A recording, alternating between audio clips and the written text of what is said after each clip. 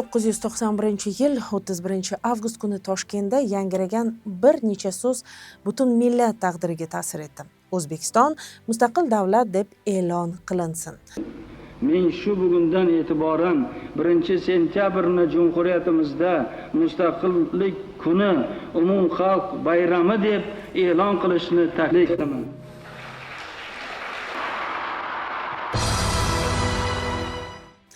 Bu tarixiy bayonot o'z-o'zidan paydo bo'lganmi yoki unga olib kelgan mashaqqatli jarayonlar, og'ir sinovlar va tanlovlar bormidi? Bugun biz aynan shu haqda, mustaqillikka olib kelgan yo'l, uning ildizlari va oqibatlari haqida so'z yuritamiz. Mehmonimiz Nizomiy nomidagi Pedagogika universiteti professori, tarix fanlari doktori Alisher Sobirov.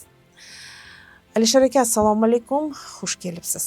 Alisher aka, agar o'tgan asrning 80-yillarni oxirini eslaydigan bo'lsak, biz esimizda bor bu jamiyatda o'sha kuchli norozilik, ekologik fojialar, ijtimoiy tanglik deymizmi?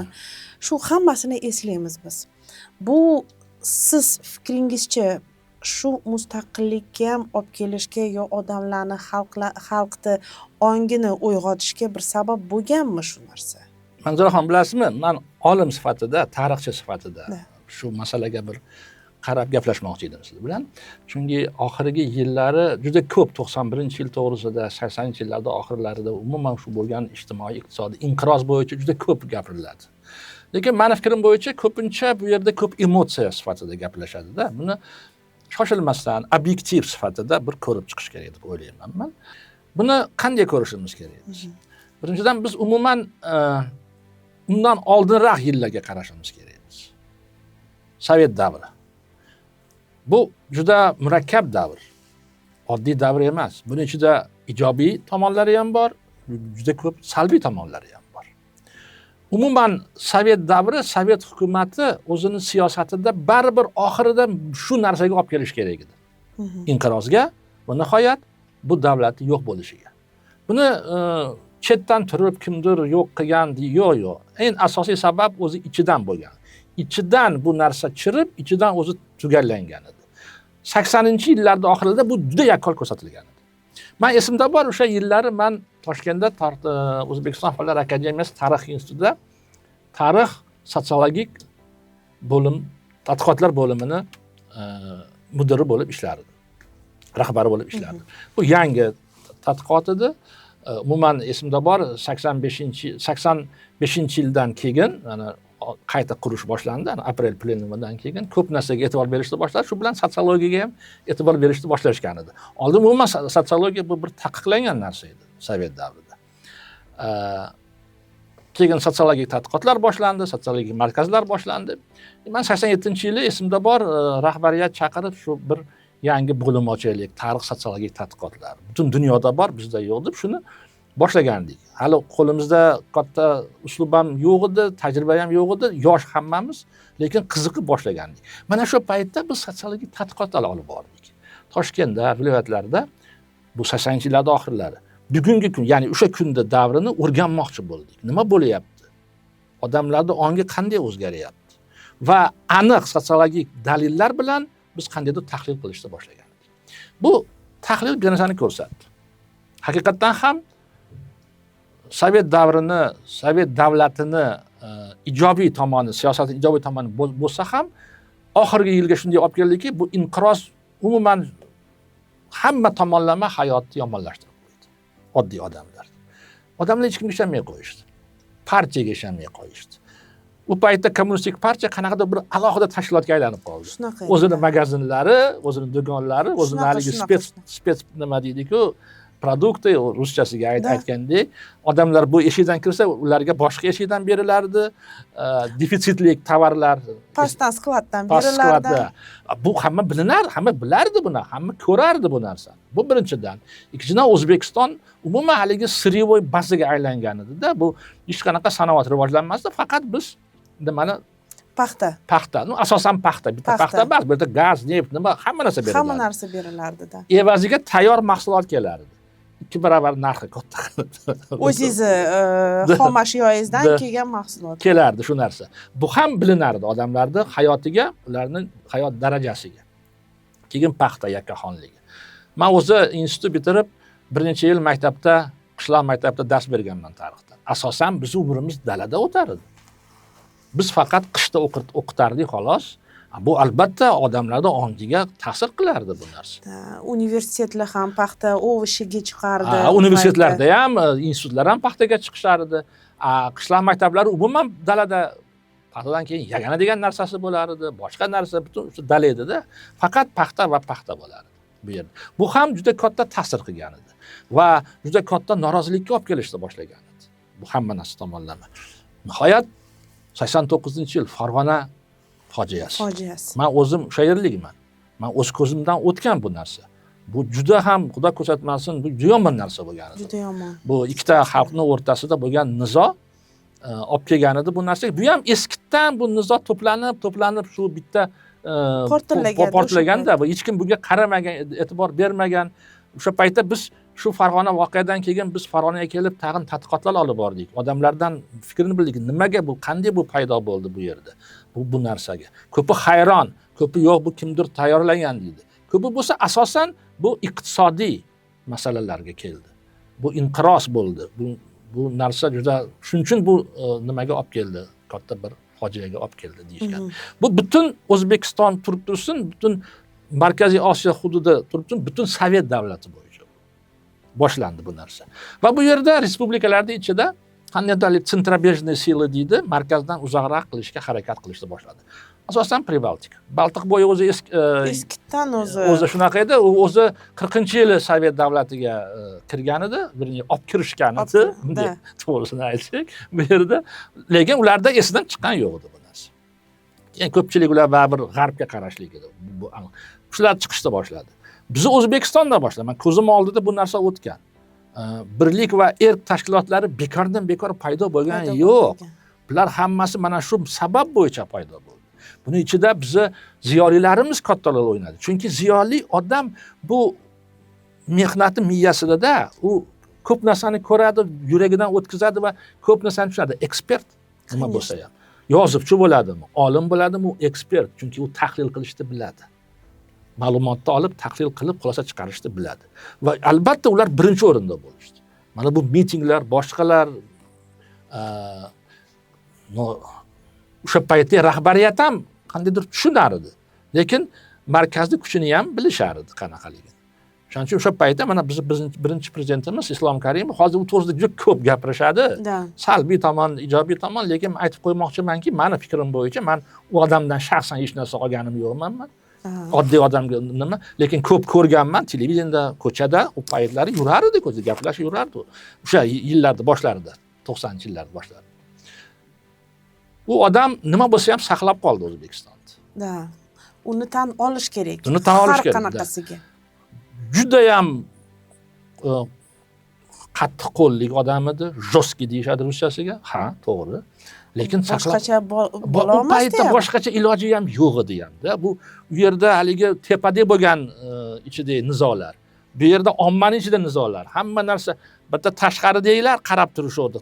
Urushni boshlab. Chunki Markaziy Osiyoni o'rtasida joylashgan. Agar O'zbekiston portlansa, demak bu sipnoy reaksiya boshlangan ketadi-da. Shuni yaxshi tushunib qattiq ushadi. Iqtisodiyotni ham ushlab turdi. Darrov haligi shokoviy terapiyaga o'xshab bermasdan bilardi. Bu bo'lmaydi bizning o'zbek oilasiga bu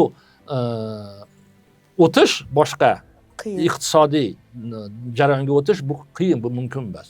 Shuning uchun ushlab turgan edi. Xatolar ham bo'lgan. Endi kechirasiz. Kim xatosiz? Xatosiz bor. Kim hech narsa qilmasa, o'sha xato qilmaydi hech qachon. To'g'ri? Ishlagan odam albatta xato qiladi.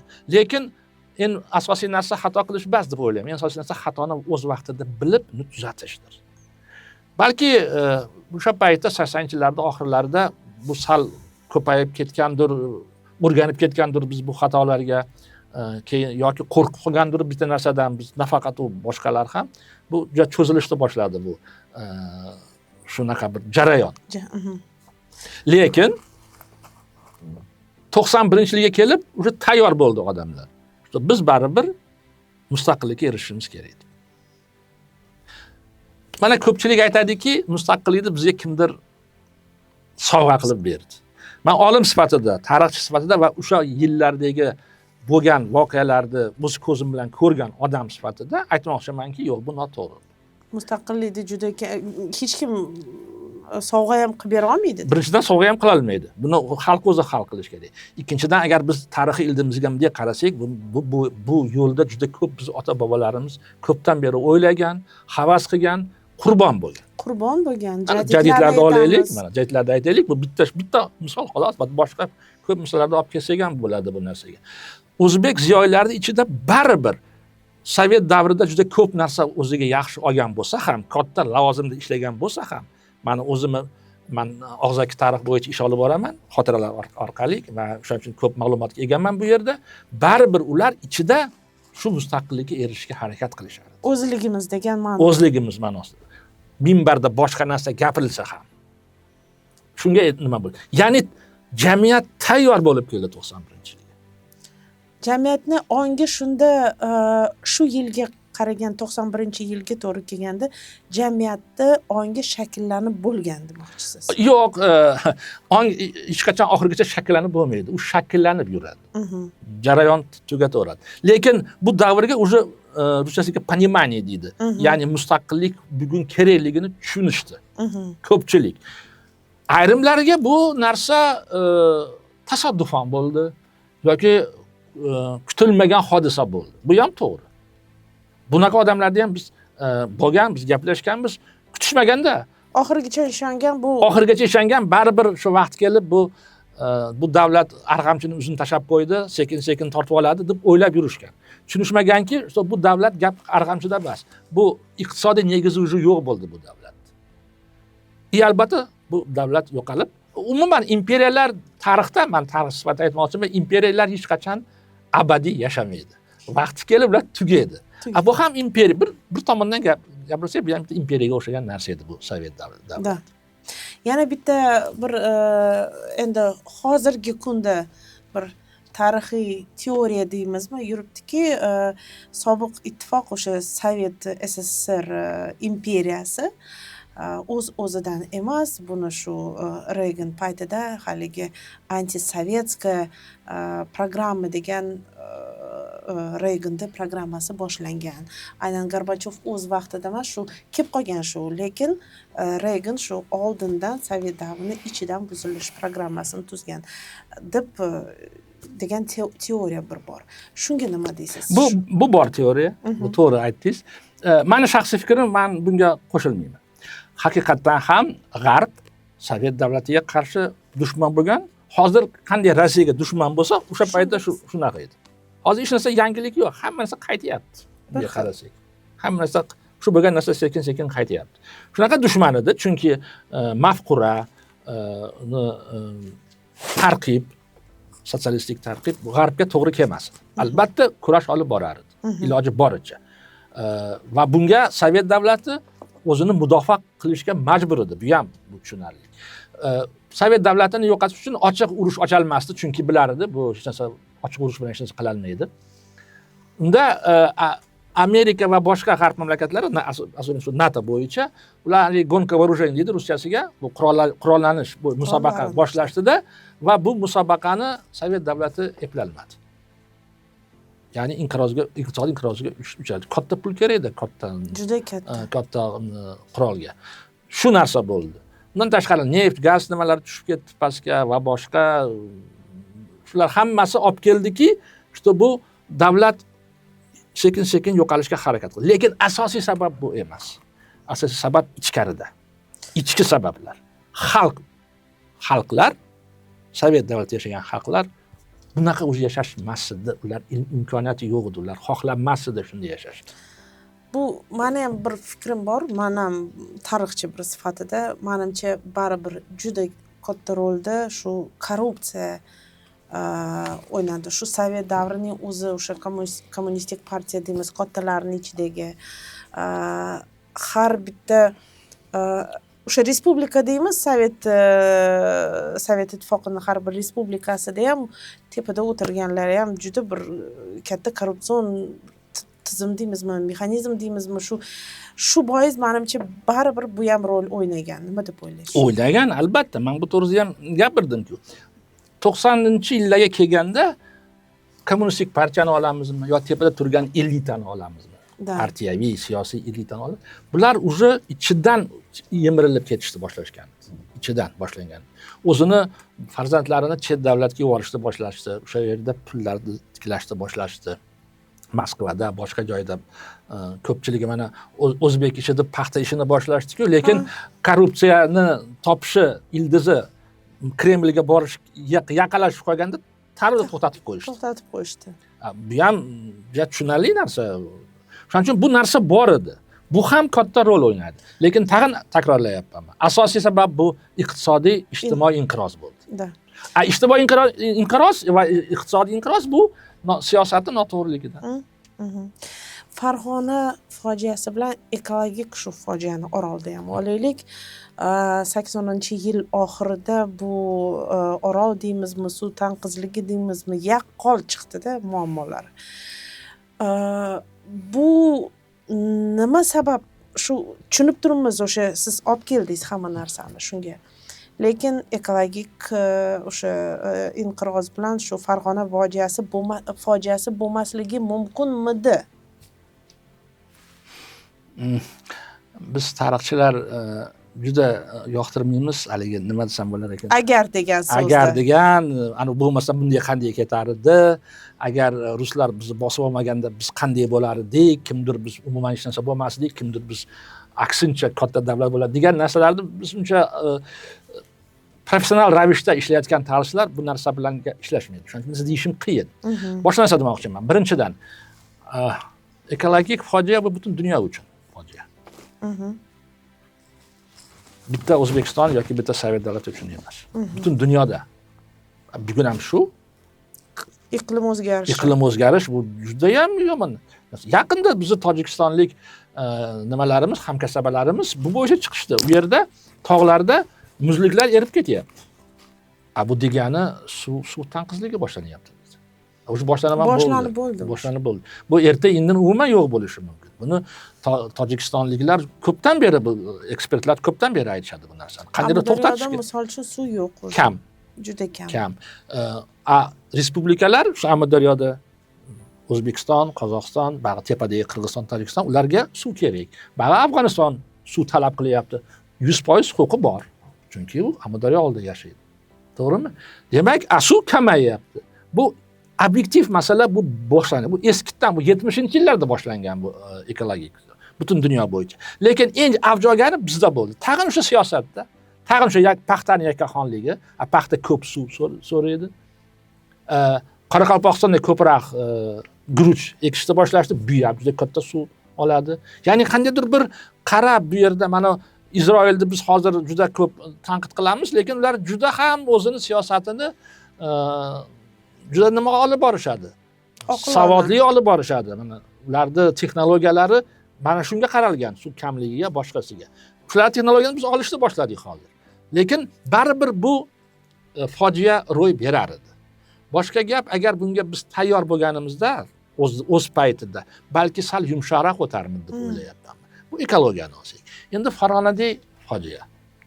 Birinchidan, vodiy eskidan bu juda bir spetsifik region. Birinchidan, aholi ko'p. Juda. Ikkinchidan, tarixdan Farg'ona vodiy aholisi siyosiy juda faol bo'lgan. 20-yillardagi istiqlolchilik harakatini olaylik. Asosiy bazasi Farg'ona vodiysi edi. Ular boshqa Sovet davridagi Sovet Rossiyasini, o'sha paytda Sovet Rossiyasi SSR yo'q edi.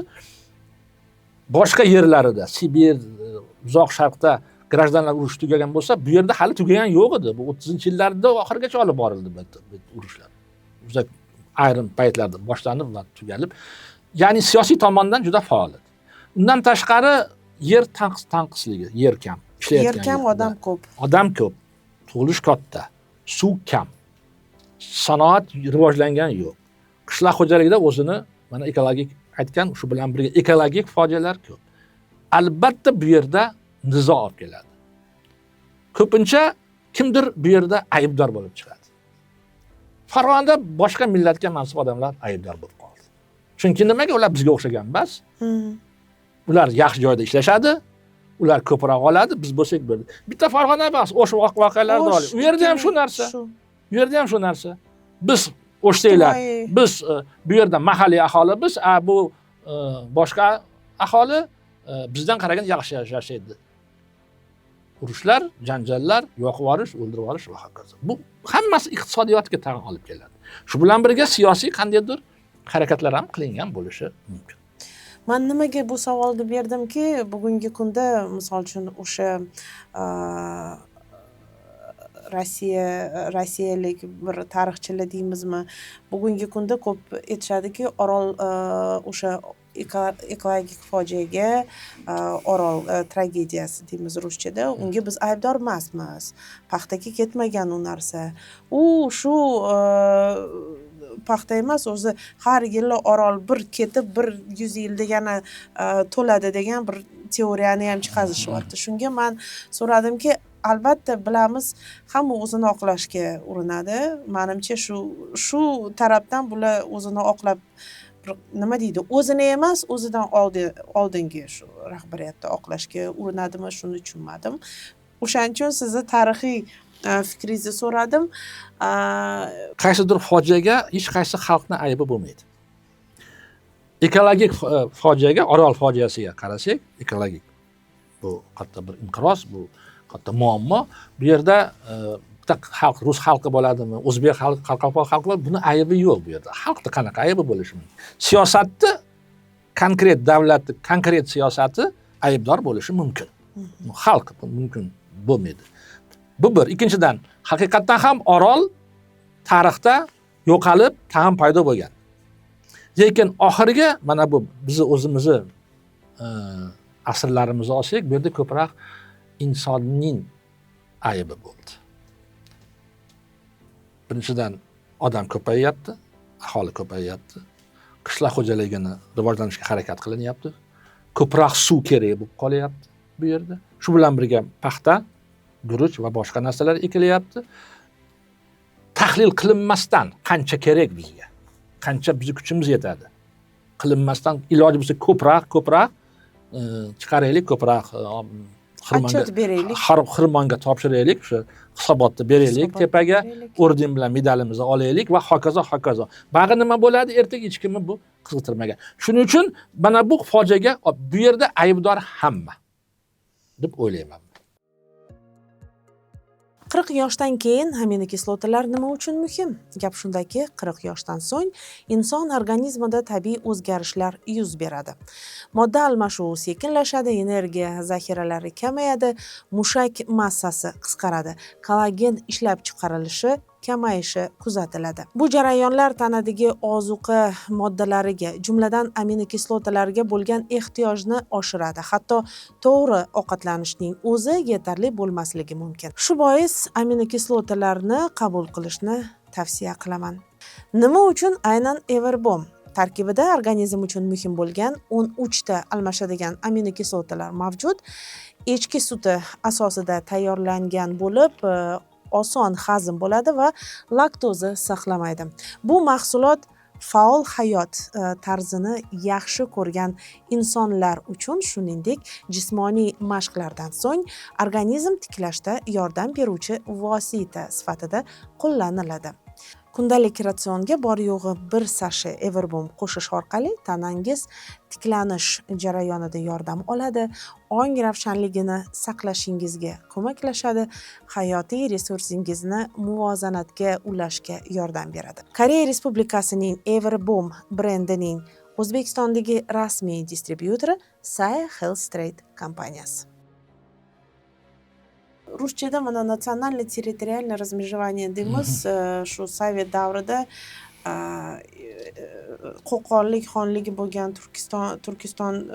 Turkistonskiy kraj deymiz ruschada, shu bo'lgan mana o'sh voqealarni ham olaylik. Agar O'sh, Jalolobod, O'zgendi bir tarixini ko'rsangiz, bu Farg'ona vodiysi. Tojikistonda ham bir Farg'ona vodiysini yarmi qo'ygan. Shu xato bo'lmaganmikin, noto'g'ri bo'linmaganmikin o'sha paytda? Ha, siz milliy hududiy chegaralanish to'g'risida Shunaqa, gapiryapsiz. ha. 24-yil, 22, 23, 24 24, 25 keyin ham ketdi. Keyin ham ketdi, ha. Bu birinchidan bu xatoligi bu aniq. Bekordan bekor bas ko'p turkistonlik hatto kommunistlar umuman bunga qarshi chiqishgan. Turkistonlik kommunistlar. O'zi kommunistik partiyaning a'zosi, lekin bunga qarshi chiqishgan. Yagona hudud bo'lib qolish kerak deyishgan. No, Moskva bu yerda endi o'zini politbyurosi bor, o'zini markaziy qo'mitasi bor, o'zini siyosati. Umuman agar bunday buni o'sha payt, o'sha davrdagi tarixchilar yaxshi bilishadi. Sovet davlatining asoschisi Leninning fikri bo'yicha umuman boshqacha bo'lish kerak edi. Bu yerda ko'pincha Stalin ko'p ish olib bordi, o'zini fikrini chiqarishga harakat qildi. Leninning fikri bo'yicha agar yaxshiroq uni kitoblarini o'qisangiz, mana 55 unda tomlik kitoblari bor, ichidan bunday qarasangiz bor shu ayrim tomlarida bu soyuz ittifoq qanday bo'lishligi to'g'risida gapirardi. Bu haqiqatan ham federativ qilmoqchi edi.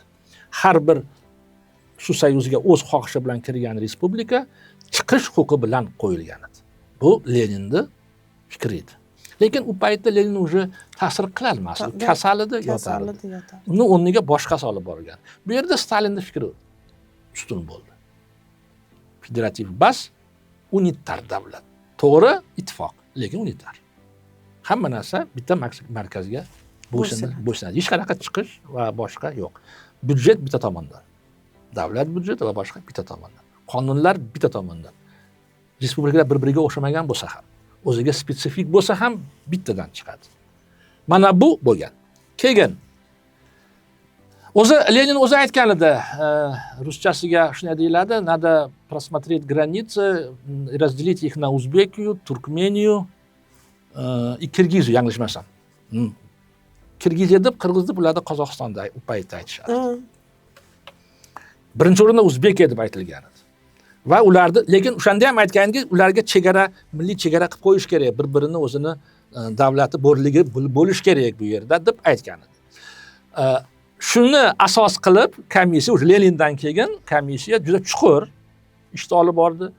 Komissiyaning ichiga haqiqatan ham katta professionallar kirdi. Buning ichida olimlar, sharqshunoslar, ko'p iqtisodchilar, o'lkani bilgan mutaxassislar bor edi, qolgan edi u paytda. Grajdanlar urushida hammasi qirilib ketgan bas edi.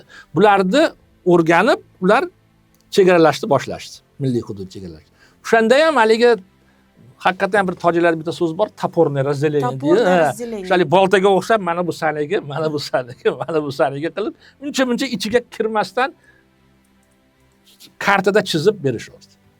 Mana bitta misol. 24-yili O'zbek Sovet Sotsialistik Respublikasi paydo bo'ldi. Birinchi poytaxti Buxoro edi. Buxoro. Keyin Samarqand, keyin mana Toshkent bo'lgan. Buxoroda kam bir necha oy edi xolos.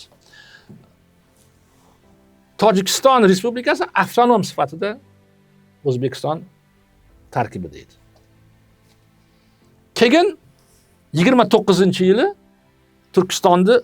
Tojikistonni O'zbekistondan ayrishdi, alohida bo'lsin deb. Bu o'zini asosiy mavzu bu, hozir to'xtamaymiz. Juda qiziqarli mavzu. Nimaga bu narsa bo'lgan? Bir tashqi siyosat bilan ham, hatto Eronda bo'lgan harakatlar ham boshlangan edi. Bog'lash kerak bu. Bu mavzu juda qiziqarli, uni alohida gaplashgan. Chiqarishgan edi. Lekin hozirgi Sug'd viloyati baribir O'zbekistonda qolgan. U yanglishmasam 30-32-yili chiqib ketgan. Nimaga? Chunki o'sha yerda chiqqan Tojikistonga hududlariga bir kuchli iqtisodiy hudud kerak edi. Chunki janubiy hududlar yaxshi rivojlangan bas edi-da Tojikistonda. Shuning uchun uni ko'paytirib, uni kuchaytirish uchun respublika sifatida vodiyda joylashgan hozirgi Sug'd viloyatini avvalda Xo'jand viloyati deyardi. O'shaning ichida O'ratepa kirib ketgan edi, Qanibodom, Xo'jand o'zi Tojikistonga berilgan edi. Xuddi shu narsa Qirg'iziston uchun ham takrorlandi. Bu narsa Qirg'iziston uchun ham takrorlandi. Bu yerda ham shu narsalar boshlandi. Vodorodniy haligi deb u yerga ham vodiyda haligi O'sh Jalolobod qishloq xo'jaligi yaxshi rivojlangan yerlarni berishdi. Bu takrorlayapman. Bu yerda kimdir mahalliy aybi yo'q. Bu yerda shu Moskvada turib o'ylab yomonlik uchun emas, Rivojlansin. rivojlansin deb, ularni o'zini fikri bo'yicha rivojlansin debda bu. Ular uchun o'zbek rivojlansin, qirg'iz rivojlansin degan, Bir xil. hatto rus rivojlansin yo'q edi. Davlat rivojlanishi kerak, partiya rivojlanishi kerak. Tamom. Buning ichiga katta mina qo'yilgan edi. Chegaralar, umuman hech qachon vodiyda chegara yo'q edi. Hech qachon. Umuman O'rta Osiyoda katta nomiga bo'lardi. Buxoro xonligi, Xiva xonligi, Qo'qon xonligini nomiga chegaralar bo'lardi, xolos. Hatto chegara ham yo'q edi. Pul ham bitta edi bunday qarasak. Конечно. Ya'ni odamlar chegarada yashashni o'rganishmagan edi.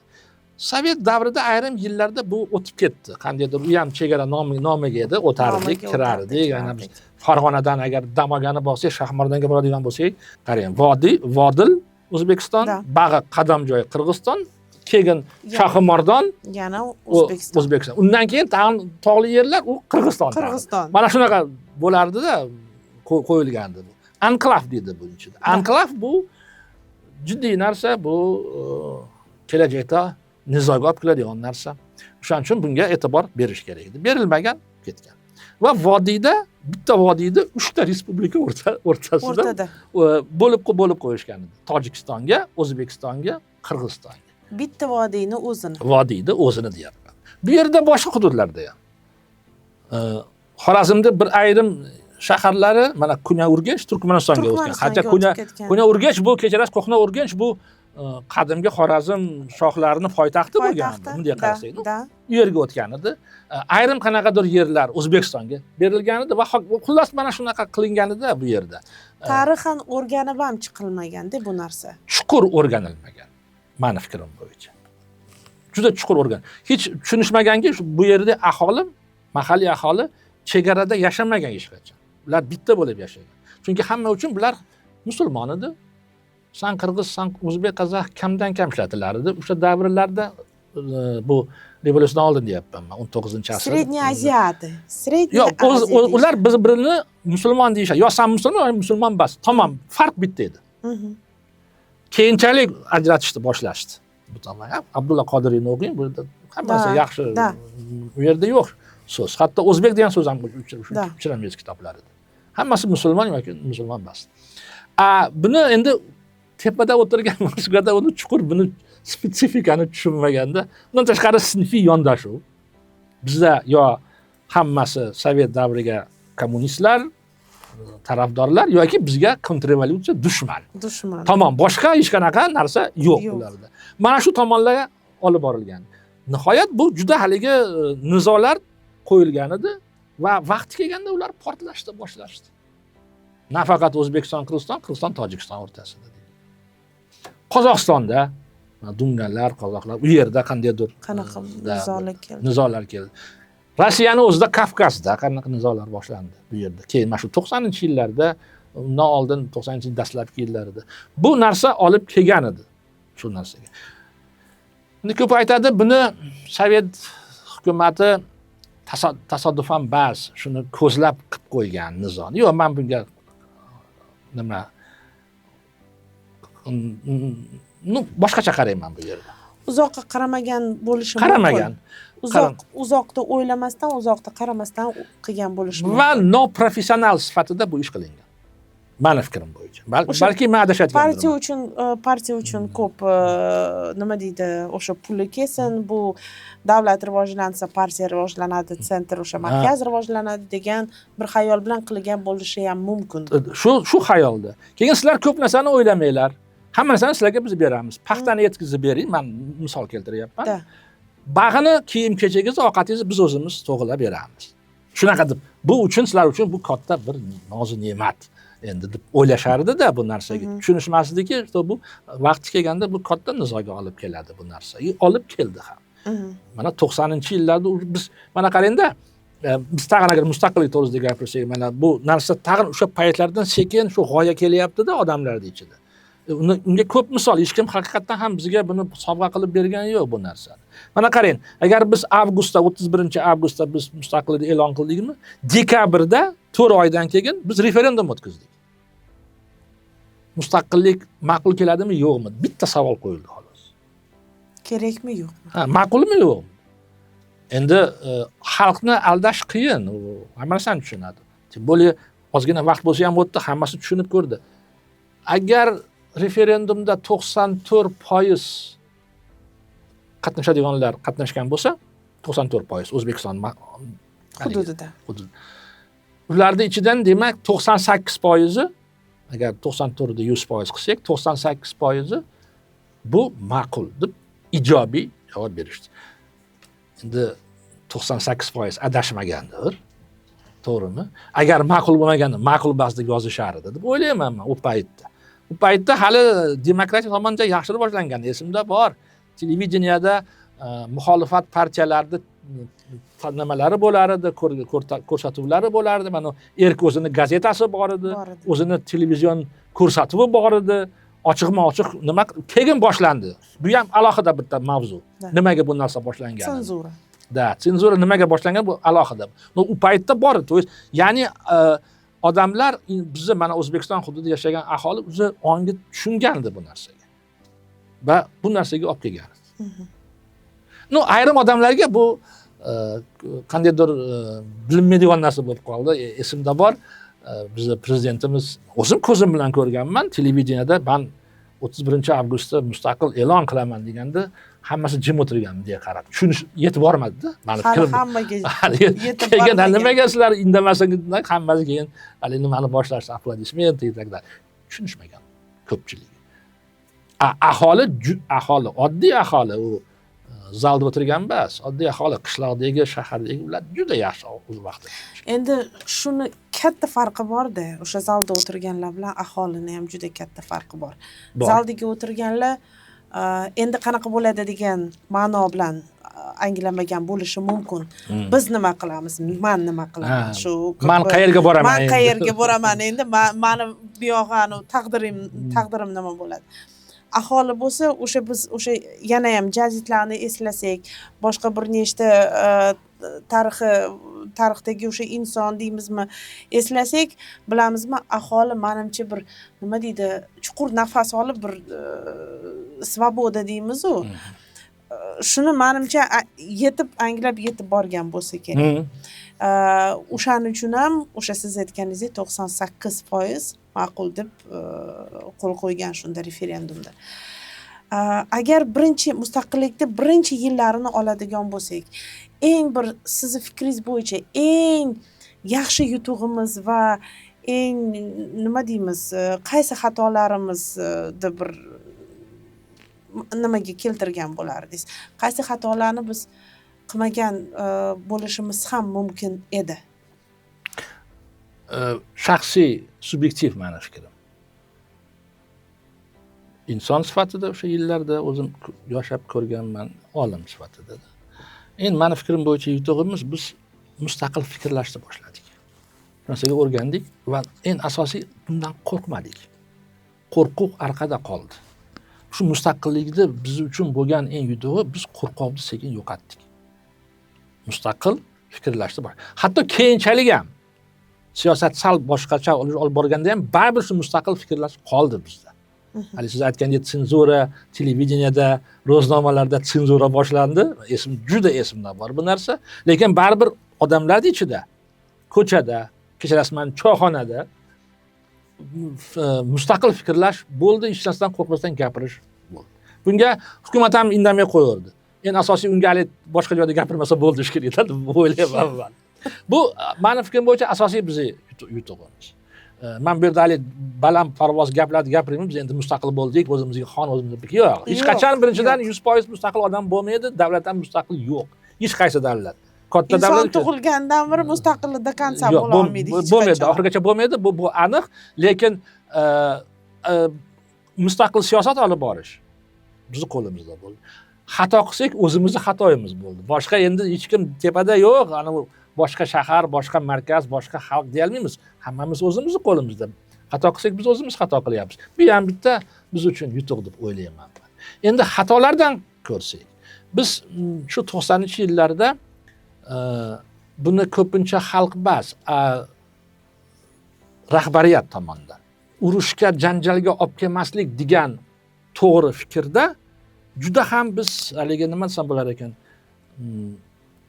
siyosatni kuchaytirishni boshladik odamlarga qarshi. Gayki zakruch. Da, ruschasiga zakruchivание gayki deydi. Bunga biz berilib ketdik. Rahbariyat. Sabab bitta. Tojikistonga o'xshagan urush xohlaysanmi? Nima gapiryapsan bunaqa narsa? Primerda shu misol sifatida shuni gapirsak bo'ladi. Shuni nima qilishni boshladik? Yoshlarga kamroq ishonishni boshladik. Hozir boshqa siyosat bo'lyapti. Endi to'g'ri hozirgi bizning prezidentimizni Shavkat Miromonovich siyosatini qarasak, men bir narsaga e'tibor beryapman, tan beryapman. Yoshlarga juda katta ishonyapti. Nafaqat e'tibor, ishonyapti. Imkon beryapti. Rahbariyatga ham, boshqaga ham. Faqat ko'rsatgin, bir ko'raylik, nimaga sen qodirsan. U payti yo'q, unda shunday hamma yo'qni bekitib qo'yilgan edi. Ayrim davrda bu balki kerakdir. Menimcha. Lekin ko'p davrga emas. Biz cho'zilib oldik bu davrda. Shu bilan stagnatsiya. Iqtisodda ham, boshqa joyda ham. Chegaralar hamma yo'qda. Biz Markaziy Osiyoning markazida biz chegara qilganimizdan keyin bu bizni qo'shnilarimizga ham yoqmaydi. Ularni ko'zida biz qandaydir bir maxluqqa aylanib qoldik. Biz gapni ochig'ini ham aytmoqchi emasman. Men juda ko'p komandirovkaga boraman, o'sha paytlar nimaga chegarani nima qilyapti, nimaga hamma yoqda mina qo'ydilar. Men endi qanday tushunishga harakat qilardim. Shu xavfsizlik boshqa, tushunamiz xavfsizlik, lekin juda hadlajdan oshib ketmadilaringizmi? Bizga ham bu axir ta'sir bo'lyapti deb ko'p gapirishgan. Bekor bas Shavkat aka prezident bo'lgandan keyin chegarani ochdida mina boshqalarni ham yo'qotishni boshladi. Shu tarixiy voqeada Qirg'iziston bilan ham o'zim aynan qatnashganman. 2016-yil adashmasam shu noyabrda Qirg'izistondagi mehmonlarni Andijonda kutib oldik, shu delegatsiyani. Dekabr oyida esa o'zimiz ответный nima bilan borganimizda juda xursand bo'lgan edim. Chunki siz aytganingizdek, o'sha anklavlar, o'sha paytdagi anklavlar bor edi. Odamlar yashashi ham bilmaydi. Bir oila yarimi bu yoqda, yarim oilasi u yoqda, qiz uzatadi yoki kelin oladi. Bir qiyinchiliklar bilan chegaradan o'tish ham haligi orqa yo'llardan o'tib qanaqa qiynalishardi odamlar.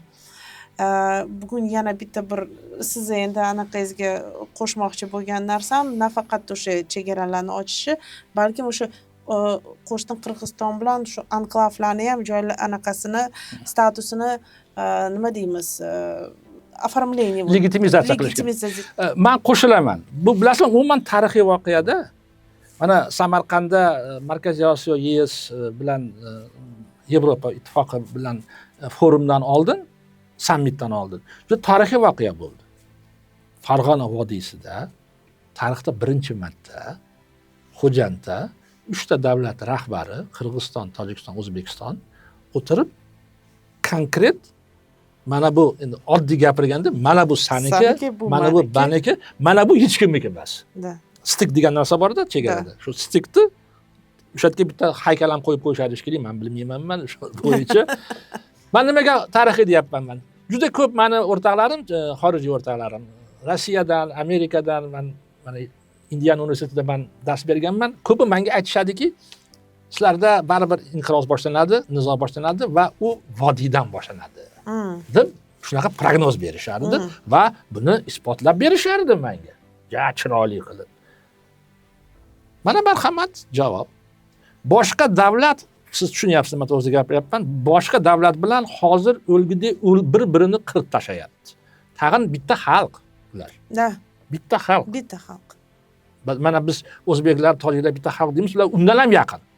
Tili ham, dili ham, dini ham bitta ular. Dini ham bitta.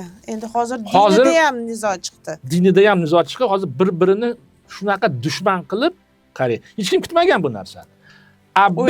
O'ylamagan. Kutgan joyda, mana shu yerda urush boshlanadigan joyda bizning xalqlarimiz rahbarlari, demak bizning xalqlarimiz ham, chunki xalqlarning nomidan chiqishdi. Hech qanaqa urushsiz hamma narsani to'g'rilab qo'ydi. Bunga ham Xudoga shukr deyish kerak. Xudoga shukr va bu juda to'g'ri siyosat. Siyosatda kompromis degan narsa bor. Bitta narsadan voz kechish kerak, bitta narsaga berish kerak, bitta narsani olish kerak. Shu kompromis sifatida biz shu nizoni to'xtatdik. Bo'ldi, hozir hech qanaqa vodiyda chegaraviy nizo qolmadi. Anklavlarga ham hal maniki ham qolmadi. Yo'q. Bir ikkita anklavlar qolgan, marhamat, chegara ochiq. Hatto hozir haligi ichki pasport bilan kirib chiqsa bo'ladi. Shunaqa. Oldin haligi boshqa bo'lardi-ku, yo stiker boshqa, yo'q, hozir vaqti kelib hali bu ham yo'q bo'ladi, qarab turing. Oldinlari shu chegarani o'zida ham misol uchun Qozog'istonga o'taman desangiz, esingizda bo'lsa, 2000-yillarning boshida bir tanqischilik bo'lgandan keyin haligi nimada bozorlarimiz yopilib ketdi, bir qancha hamma shu Qozog'istonda Cherniyevka tarafga o'tishni boshladi. Bozoriga kiyim, hatto oddiy kiyim olishga ham. O'shanda ham shu O'zbekistondan o'tadigan bo'lsang, Qozog'istonda chegarasida aynan sizni shu erkagi bo'lsa pul ber yoki bir narsa yomon nima qiladi. Bo'lgan o'tgandi. Qirg'izistonga o'tsangiz o'sha yerda haligi nima deydi, o'shga o'taman desangiz, bo'lmasa bunda olib qarasangiz 99% o'zbek edi o'sha janubiy tarafda. Sulaymon tog'ida bilamiz, Boburning Oq uyi bor. Bu tarixan voha. Lekin bir janjallar bilan o'tardingiz. Ular ham janjal bilan kelardi bu yerga. Hali o'tib ketsa, qani 3 kunda chiqib ketmasang, seni nima qilar ekanmiz. To'g'ri. Bugungi kunga men yana bir bor aytamanki, Xudoga shukr deymiz. Bugun bir nima deymiz, do'stona aloqalar bir boshqacha. Boshqa imkoniyati ham yo'q, Manzuraxon. Ras biz o'zimizni hozir hududimizni, Markaziy Osiyoni bir yagona hudud deb butun dunyoni oldida ko'rsatmoqchimizmi? Demak, biz mana bu chegaralarni ham hal qilishimiz kerak biz. Biz shu siyosatda boryapmiz. Markaziy Osiyo xalqaro vaziyatda yagona bir hudud bo'lib chiqyapti. Bu mana shu Yevropa ittifoqiga sal o'xshashni boshlayapmiz. Biz bu nimani yo'lni boshidamiz hozircha. Lekin Xudo xohlasa, inshaalloh yetib boramiz bunga. Xudo xohlasa. Albatta. Bunga men oldin sal nimam bor edi, shubham bor edi, endi shu shubha qolmadi. Chunki biz prezidentlarimizni siyosatini qarab, men hozir ularni maqtash yoki maqtashmas bas. Bu bitta prezidentlarni ham maqtamasligi, bu действительно juda katta ish qilingan. Bu juda bir nima deydi, to'g'ri yo'lda mana shu Markaziy Osiyo hozir formatimiz ham qarang. Markaziy Osiyo +1. +1 degani biz oldin O'zbekiston, misol uchun O'zbekiston Qo'shma Shtatlari yoki O'zbekiston Germaniya, O'zbekiston bir Italiya demaymiz. Biz hozir Markaziy Osiyo va Xitoy, Markaziy Osiyo va Italiya va boshqa hokazo davlatlar deb qabul qilinamiz. Bu menimcha tarixan mana shu sizni anaqangizga nima deydi, sizni bugungi hamma gaplaringizga agar nazar soladigan bo'lsak, o'sha tariximizga, o'zligimizga qaytish deb men qabul qilaman. To'g'ri. Biz hech qaysi yangi narsa chiqarmayapmiz. Biz qaytyapmiz. Qanday yagona hudud bo'lgan bo'lsa, shu yagona hududga biz kelyapmiz va Markaziy Osiyo plus Xitoymi, Yaponiyami, AQShmi, Rossiyami desak ham, demak nima degani? Yagona bitta tashqi siyosatimiz. Shu. Ichki siyosatda qandaydir nimalar bo'lishi mumkin, farqlar bo'lishi mumkin, bu tabiiy narsa. Lekin uni ham sal tugatyapmiz. Mana qarang, O'zbekiston va Qozog'iston hammasi ikkita davlat bir-biriga haligi nima konkurent deb gapirishardi-da. Oldin bizni iqtisodimiz qani? Bizni iqtisodimiz Qozog'istondan zo'rmi? Yo'q, Qozog'istonliklar gapirardi, O'zbekiston orqada qoldi, biz oldida. Hozir umuman boshqa. Hozir bizda kooperatsiya, sanoat kooperatsiyasi boshlanyapti. Ya'ni bitta mahsulot chiqaryapti. O'zbekiston bilan Qozog'iston bitta mahsulot chiqaryapti. Bu katta narsa bu. Buning ichida juda katta narsa. Nafaqat bitta pul boshqadan olyapmiz. Bu yerda psixologiya o'zgaryapti. Yoshlarda ham o'zgaryapti. Men o talabalarimni kuzatib kelyapman. Ularning psixologiyasi o'zgaryapti. Biz uje nafaqat o'zbek, biz Markaziy Osiyolik biz deyishyapti. Bu katta qadam. Bilasizmi, yana shu ikkita savol beraman-da, shu bilan bugungisini tugatsak, lekin menimcha biz siz bilan juda ko'p yana uchrashishimiz kerak. Chunki tarixiy voqealar ko'p. Shu bugungi olib borilayotgan siyosatni aytaylik, misol uchun 15 yil oldin, 20 yil oldin qilsa bo'larmidi? Va ikkinchisi, shu mustaqillik deymiz, mustaqillik davrida mana mustaqillikka 91-yilda erishgan bo'lsak, lekin 20-iyun 90-yilda ham biz deklaratsiya suverenit haqida 90-yili iyunda. Shu yana ham aytaman, yaxshi yomon ko'rasizlar agar degan so'zi. Lekin chiqib ketmaganimizda, agar o'sha mustaqillik e'lon qilinmaganda nima bilaman. Birinchidan, birinchi savolga men hozir harakat qilaman javob berishga. Yo'q, mani talabalarim bundan ham 5 battar savollar ko'p berishadi. Bir amallab gaplashaman ular bilan. Birinchi savolingizga. Meni fikrim bo'yicha u paytda vaziyat shunaqa ediki, işte bugungi narsani qilish qiyin edi. Qilisholmasdi ham. Gap personada emas. Vaziyatda. Gap vaziyatda. Ko'pchilik aytadiki, mana biz Shavkat Miromonovich keldi deb, ha keldi, ha boshqa lider, boshqa o'ylaydigan lider, lekin vaziyat boshqa. O'sha paytda o'sha birinchi prezident qilgan narsani asosida hozir o'zgarishlar bo'lyapti. U paytda bu prezident, meni fikrim, tarixchi sifatida bu narsa qila olmasdi. Boshqa vaziyat, boshqa psixologiya, boshqa qarashlik, boshqa qo'shnilarimiz va katta yirik davlatlarda bir tomondan Xitoy, bu tomondan Rossiya, bu tomondan Amerika Qo'shma Shtatlari, Afg'oniston ham. Bu yerda men Afg'oniston bilan Arabiston dunyosini gapirmayapman. U yerda ham alohida o'zini nimalari bor. Nima imkoniyat baribir berishmasdi. Shuning uchun men o'ylaymanki, birinchi prezidentimiz Islom Abdug'aniyevich to'g'ri nima qildi. U to'plashni boshladi. Kapitalni to'plashni boshladi. Hozirgi bizning prezidentimiz shunga asoslanib juda ham radikal islohotlar olib ketyapti. Va bu islohotlarda o'zi hamma tan olyapti. Bu birinchi savolga. Ikkinchi savolda nima bo'lardi? Birinchidan, baribir Sovet davlati ag'darilardi, bu aniq. Agarda faraz qilsak qolganda, biz tag'in haligi paxta chiqaradigan respublikaga aylanib, lekin nizolarimiz bundan qaraganda ko'p baravar ko'proq bo'lardi. Shuning uchun даже nima bo'lishligini men deyishim ham qiyin bu yerda. Lekin takrorlayapman, obyektiv jarayonda Sovet davlati baribir turolmas. Gorbachev harakat qilsa ham. Harakat qildi. Haligi nimadan oldin? Puchdan oldin. GKChPdan oldin. Nimaga GKChP boshlandi? Chunki yangi shartnoma tuzilgan edi. Respublikalar aro. Buning ichida respublikalarga juda ko'p mustaqillik berilgan edi. Lekin ayrim narsa markazda qolgan. Lekin bu ham yoqmadi bularga. O'sha paytda markazdagi odam. Shuning uchun GKChP boshlandi. Ya'ni tag'in harakat qilganda baribir hech narsa bo'lmas edi. Endi o'sha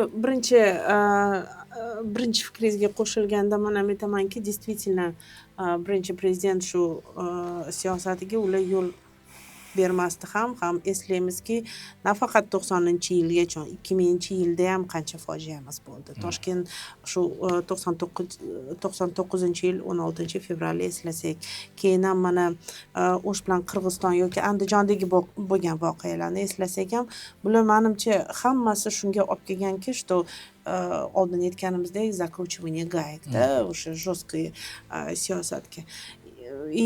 Yana bir nima deydi, tarixda aytadi-yu, shu voqea bo'lganmi, bo'lgan. Bu bo'lgan narsani biz uni o'rganamiz va u narsadan o'zimiz uchun yaxshi joylarini olib o'rganib, haligi xatolarni takrorlamasligini o'rganishimiz kerak. Men qo'shimcha gapingizga aytaman, qo'shilamanman. Ushbu tarixiy voqealarni, tarixiy jarayonni obyektiv sifatida, emotsiyasiz, aniq tarixiy manbalar orqali o'rganish kerak. Qaysidir narsa bizga yoqadimi, qaysidir tarixiy hodisa yoqadimi, tarixiy shaxs yoqadimi yoki yoqmaydimi, biz buni obyektiv sifatida qarashimiz kerak. Men tarixchilar to'g'risida gapiryapman. Jurnalistlar, siyosat bilan shug'ullanayotganlar, ular qandaydir emotsiyaga berilib ketishi mumkin. Ularga ruxsat, marhamat. Tarixchi olim sal bundan uzoqroq bo'lib turish kerak deyman. Shuning uchun o'sha paytdagi umuman agar Sovet davlatining tarixini olsak, 1917-yildan boshlab 1991-yilgacha uni ham obyektiv qarash kerak. Bu yerda o'zini albatta salbiy tomonlari juda ko'p edi, lekin ijobiy tomonlarini ham o'rganish kerak. Ishlatish uchun kerak bo'lsa bizga. hamma narsani bitta kraskada chizish, oq yoki qora, bu professional tarixchi uchun to'g'ri kelmaydi. To'g'ri.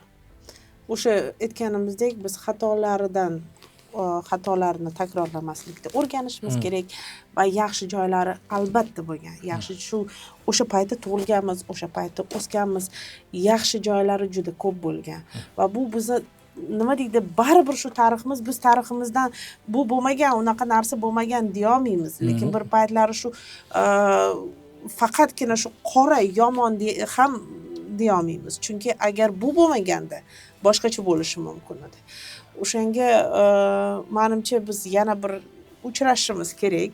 Chunki tarix haqida gapiradigan bo'lsak, juda gap ko'p. Alisher aka, sizga katta rahmat bugungi shu vaqt ajratib kelganingiz uchun. Shundoq bir nima deydi, tarixi negizidan olib to nimasigacha bergan fikringiz uchun ham katta rahmat. Rahmat sizlarga.